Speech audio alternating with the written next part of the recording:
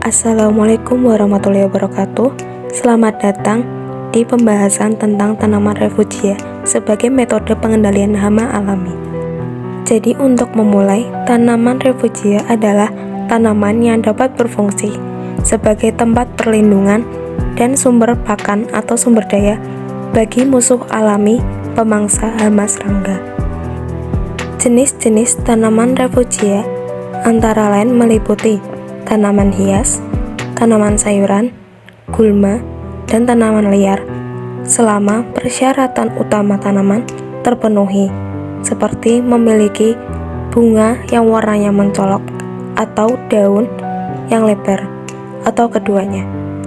Di sini terdapat beberapa tanaman jenis bunga, yaitu kenikir, kemudian ada bunga kertas, bunga matahari, kemudian bunga jengger, dan bunga pukul 8. Berdasarkan penelitian yang telah dilakukan oleh beberapa orang, bunga-bunga yang sering digunakan sebagai refugia antara lain adalah bunga kenikir dan bunga pukul 8. Di sini juga ada beberapa tanaman yang termasuk dalam jenis sayur, yaitu ada kacang panjang, kemudian bayam hijau, dan beberapa tanaman palawija. Namun utamanya di sini yang digunakan adalah dari jenis jagung. Jenis ketiga adalah dari jenis gulma. Kalau untuk yang satu ini, saya yakin mungkin Bapak, Ibu, atau Saudara sudah pernah mendengar. Di antaranya yaitu ajren dan babadotan. Kemudian untuk jenis keempat, di sini ada beberapa tanaman liar yang sengaja atau tidak sengaja ditanam, seperti kacang hias, kemudian ada bunga kancing atau bunga kenop, dan yang ketiga adalah legetan atau cutang atau kletang, dan lain sebagainya. Dalam penanamannya, tanaman refugia harus berbunga atau mekar sebelum penanaman padi dimulai, untuk menunjang dari kehidupan parasit dari hama padi tersebut atau tanaman utama tersebut, sehingga penanaman tanaman yang digunakan sebagai refugia harus lebih dulu sebelum penanaman padi. Waktu ini dapat dibagi menjadi 3 waktu di sini, yaitu yang pertama, sebaiknya sudah mekar sebelum tanam padi dimulai. Yang kedua, ketika masa tanam padi dimulai, atau yang ketiga, ketika padi hampir memasuki masa berbuah. Yang kedua, khusus untuk tumbuhan yang sengaja ditanam, maka tumbuhan atau tanaman ini disemai terlebih dahulu atau dibibit terlebih dahulu, kemudian ketika sudah berkembang atau mekar, maka dipindahkan ke tempat-tempat yang sudah ditentukan di bagian pinggir dari tanaman padi atau tanaman utama. Yang ketiga, setiap refugia ini memiliki hama dan parasit yang cenderung khusus atau spesifik, atau memiliki efektivitas yang lebih tinggi di hama atau parasit tersebut.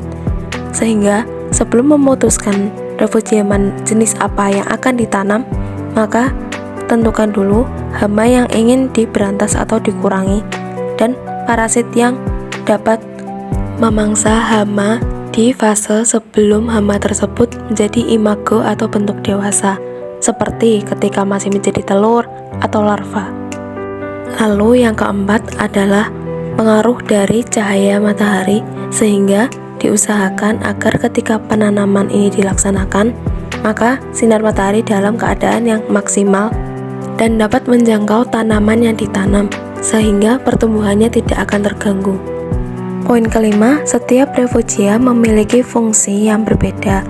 Misalnya, refugia jenis bunga, maka dapat menanggulangi hama dengan menjadi tempat perkembangbiakan dari parasit atau predator. Sedangkan refugia sayuran lebih banyak untuk memutus mata rantai atau sebagai tanaman tumpang sari. Jenis bunga dan gulma memiliki fungsi yang hampir sama. Penanaman tanaman ini utamanya dibarengi dengan penanaman padi secara berjarak. Tetapi apabila penanaman padi tidak secara berjarak pun juga tidak apa-apa atau tidak masalah. Hal ini menyesuaikan dengan kemampuan dan lahan yang dimiliki petani. Dan yang terakhir, predator pada tanaman refugia tertentu dapat hanya menyerang bagian tertentu juga. Semisal, predator A hanya dapat menyerang hama di bagian telur, atau predator B hanya dapat menyerang di bagian larva. Seperti itu. Jadi, parasitoid ini memiliki keterbatasan dalam menjalankan fungsi parasitnya terhadap hama.